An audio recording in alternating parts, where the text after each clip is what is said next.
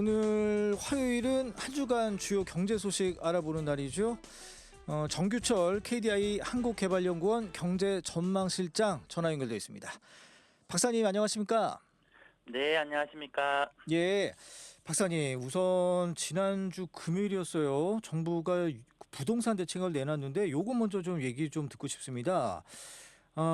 이게 첫 부동산 대책인데 이거 완전히 그 초강력 대책이다 뭐 이런 얘기도 많이 나오잖아요. 수도권 집값은 그러니까 수도권은 집값과 상관없이 최대 6억 원 이상 대출 불가능하다라는 게 주요 핵심인데 우선은 저 박사님 요 대책 어떻게 좀 평가하세요? 네, 말씀하신 대로 아주 강력한 대출 규제, 주택 규제인데요. 사실 그동안 이제 좀 시장 주택 가격이 좀 올라가는 그런 양상이 있었기 때문에 예. 정부가 좀 강력하게 들어온 것 같습니다. 음. 사실 과거 경우에 봤을 때도 우리가 주택 가격을 잡기 위해서 다양한 정책을 많이 했는데 예. 결국 단기간에 가장 강력하게 할 수 있는 것은 대출 규제이긴 합니다. 예. 코로나 때를 생각해 보면 그때 금리가 상당히 낮았거든요. 예. 경제 위기라서. 그래서 부동산 가격이 많이 올라갔어. 예. 그때도 다양한 정책이 있었습니다. 그런데 한 2021년 말 정도에 우리가 생각 잘 안 나실 수도 있겠습니다만 대출 총량제, 그래서 대출을 많이 못 늘리게 했는데 네. 사실 그때부터 집값이 좀 잡힌 경향도 있거든요. 예. 그런 걸 봤을 때 이번에도 아마 이 정책이 좀 어느 정도 영향을 미치면서 특히 수도권 집값을 잡는 데는 효과가 나타날 것 같긴 합니다. 아, 그래요. 그러니까 박사님께서는 여튼 단기간 대책으로는 대출 규제가 맞는데 이렇게 지금 부동산 값이 급등하고 있으니 일단은 지금 막 활활 타오르고 있는 이 부동산 집값은 잡을 수 있을 것 같다. 그래요. 근데 저 박사님 이게 보니까 그 대출 한도가 소득 수준이나 뭐 집값 뭐 이런 거 상관없이 그냥 무조건 6억 원이잖아요. 누구나 뭐 돈 많이 버시는 분이나 돈 잘 좀 이게 지갑이 두둑하지 않으신 분이나. 근데 왜 6억 원으로 정했는지에 대해서는 정부가 구체적인 근거를 내놓지 않았는데 박사님 이게 6억 원 어떻게 적정 한도입니까? 아마 이게 부작용도 분명히 있을 것이고요.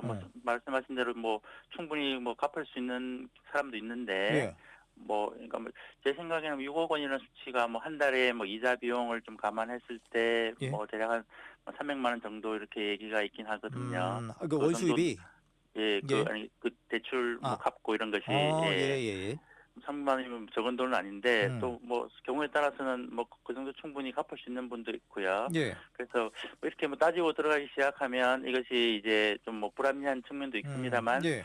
단기간에 하기 위해서는 이렇게 좀 누구에게나 이렇게 강력하게 하는 것이 적어도 집값을 잡는 데는 예. 좀 이용할 수는 있겠죠. 예. 그래요. 근데 그 박사님 보통 이렇게 대출 규제 소식에 그때 금요일이었잖아요. 지난주 많은 분들이 네. 좀 당혹해 하셨는데 이렇게 초강력 부동산 규제 같은 거 하면 이렇게 좀 예고 없이 갑자기 보통 해요? 아니면 이번이 좀 예외적인 거예요?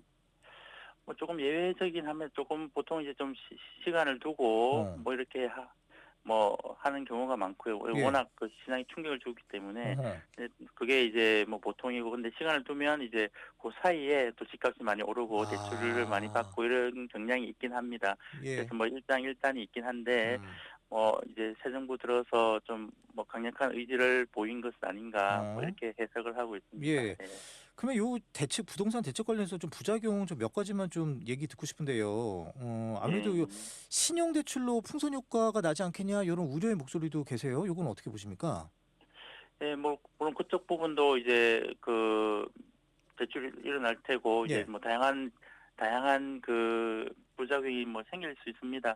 특히 또 실제로 꼭 주택을 사는 것이 아니라 또 그 이외에 생활 자금이라든지 이런 필요한 부분들이 분명히 있을 거거든요. 예.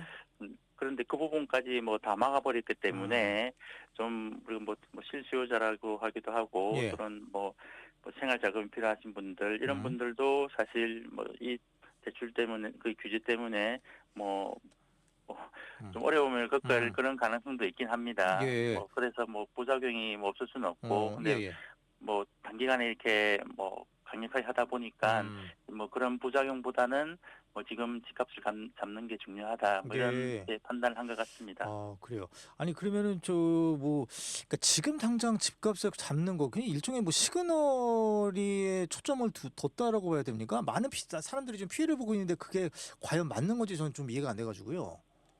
예, 아마 보는 관점에 따라 다를 것인데, 예. 뭐 집값을 잡는 것이 얼마나 중요한가, 어. 뭐 또는 다른 것이 중요한가, 이런 뭐 평가가 있어야 될 것 같긴 한데, 네. 그 말씀드렸던 이제 다양한 부작용에도 음. 불구하고, 뭐 지금 집값을 잡는 것이 워낙 중요하다. 그리고 음. 사실 문재인 정부 때도 이제 집값이 많이 올라서 비판이 많았거든요. 예. 이제 그런 전철을 좀 반복하지 아. 않겠다, 뭐 이런 것으로 보입니다. 아 예. 그렇군요. 그러니까 뭐 '과도하게 빚내서 집 사지 말라.' 요런 시그널을 주는 게 지금은 좀 중요하다 이렇게 보시는 거군요. 네. 예. 아 그러면은 이 부작용을 하나만 더 말씀 좀 듣고 싶은데 그러면 전월세 시장에도 영향이 많이 끼치긴 하겠네요. 예, 전월세 시장도 사실 뭐 영향이 없을 수는 없고요. 네.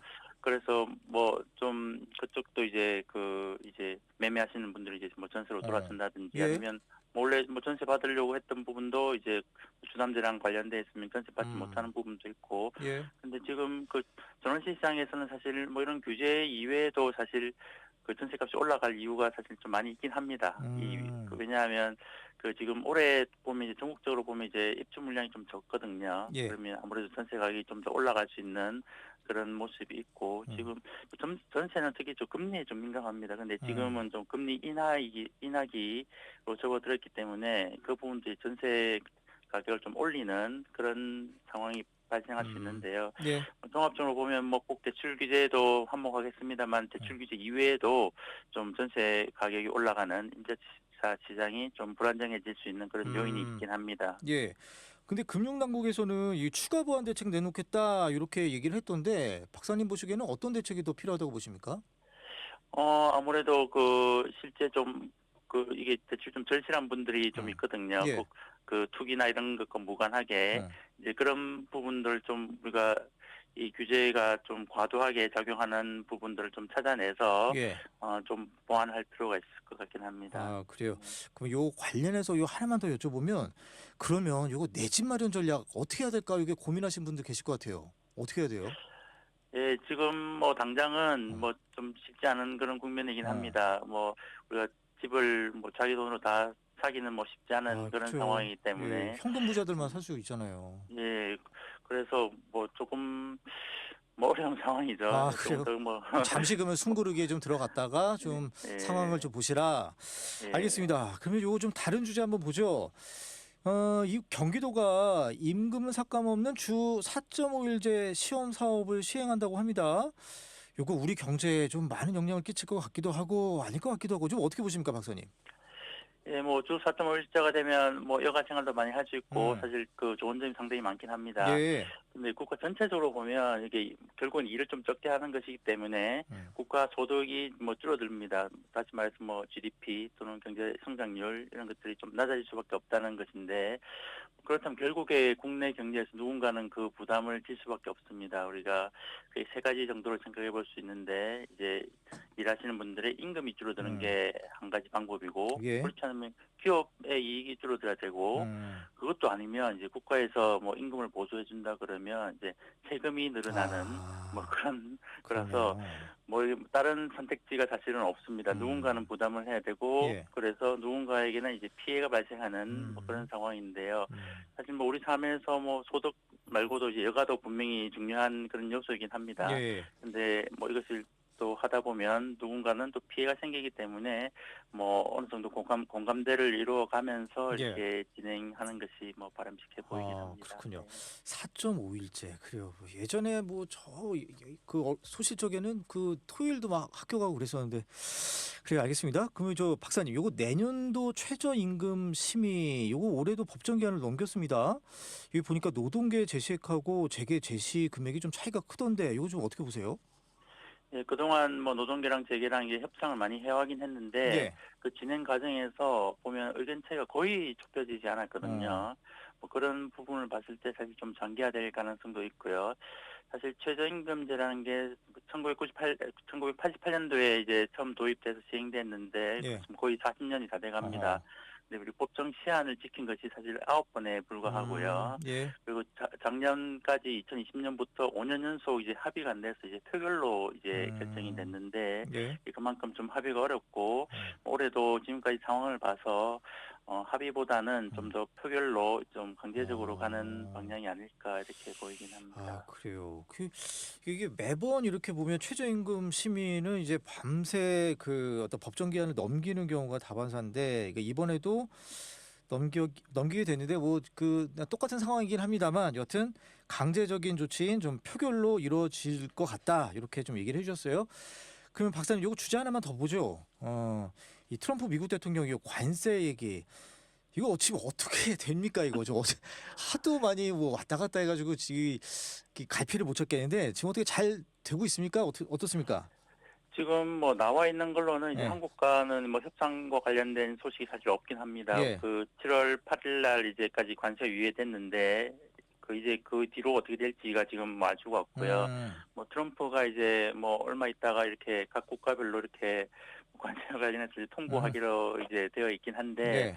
뭐 사실은 그런 통보가 오더라도 뭐 그것이 그대로 활용될지 또다시 뭐 바뀔지 워낙 그 변하기 때문에 알기가 어려운데 아마 일단 통보는 하고 그 다음에 다시 협상을 진행해 나가지 않을까. 그래서 지금까지 그 관련된 불확실성이 상당히 컸는데 예. 뭐 통보를 받더라도 뭐 여전히 뭐 불확실성이 커서 막 기업들이 좀 영업을 하는데 많은 애로사항이 있을 것 같습니다. 그래요. 아니 그 앞서 뭐 저희 우리 청취자분들은 들으셨겠지만 이 뭐 미국 주식시장에서는 이 관세 관련해서 되게 좀 긍정적으로 좀 보고 있다 이렇게 좀 얘기를 들었거든요. 근데 네. 박사님 이 트럼프 대통령의 이른바 말 바꾸기 이런 전략들이 이제는 스피커에 대한 신뢰감이 좀 떨어져서 좀 전략이 좀 유효하지 않아 보이는데 박사님은 어떻게 보세요? 예, 뭐 제가 뭐 전략 전문가는 아닙니다만 예. 일단 뭐 시장의 평가를 어, 보면 예. 그동안 이제 미국이 그 세계 경제에서 차지했던 위상들 그리고 강력한 리더십 이런 것들이 뭐 어떻게 보면 미국이 아주 중요한 자산이긴 했는데요. 예. 그 부분이 많이 훼손되긴 했습니다. 뭐 지금 뭐 달러화 패권에 대한 그런 불안감도 나오기 시작했고, 예.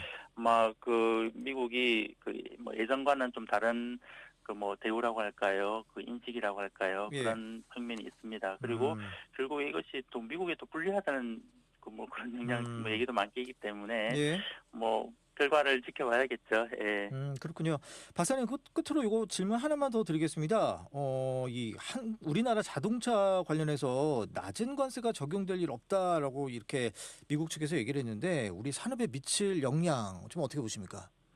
지금 보면 이제 다른 대부분은 이제 한 10% 정도를 그 관세를 하고 있고 자동차는 사실 25%로 좀 높은 관세가 이미 적용되고 있습니다. 예. 그리고 뭐 자료를 보면 지금 미국으로 수출하는 자동차가 뭐 대략 한 4월부터 많이 줄기 시작했고 그래서 전체 자동차 생산이 지금 우리 나라에서 많이 이제 줄고 있습니다. 뭐 이것이 이제 좀 해소가 돼야 되는데 이제 말씀하신 대로 이제 그 미국 자동차는 이제 미국에서도 중요한 산업이기 때문에 네. 뭐 트럼프가 이제 중요하게 생각을 하고 있고 이게 뭐 장기화되면 사실 국내 기업 입장에서는 이제 공장을 이제 미국으로 옮기는 뭐 그런 사태까지 벌어질 수 있는데 사실 우리나라에서 보면 자동차 산업은 아주 양질의 일자리를 제공하고 있는데 뭐 그러면 결국에 우리나라 고용에도 좀 부정적으로 영향이 나타날 수도 있습니다. 아, 그렇군요. 알겠습니다. 여기까지 말씀 듣겠습니다. 지금까지 네. 정규철 한국개발연구원 경제전망실장이었습니다. 고맙습니다. 네, 감사합니다.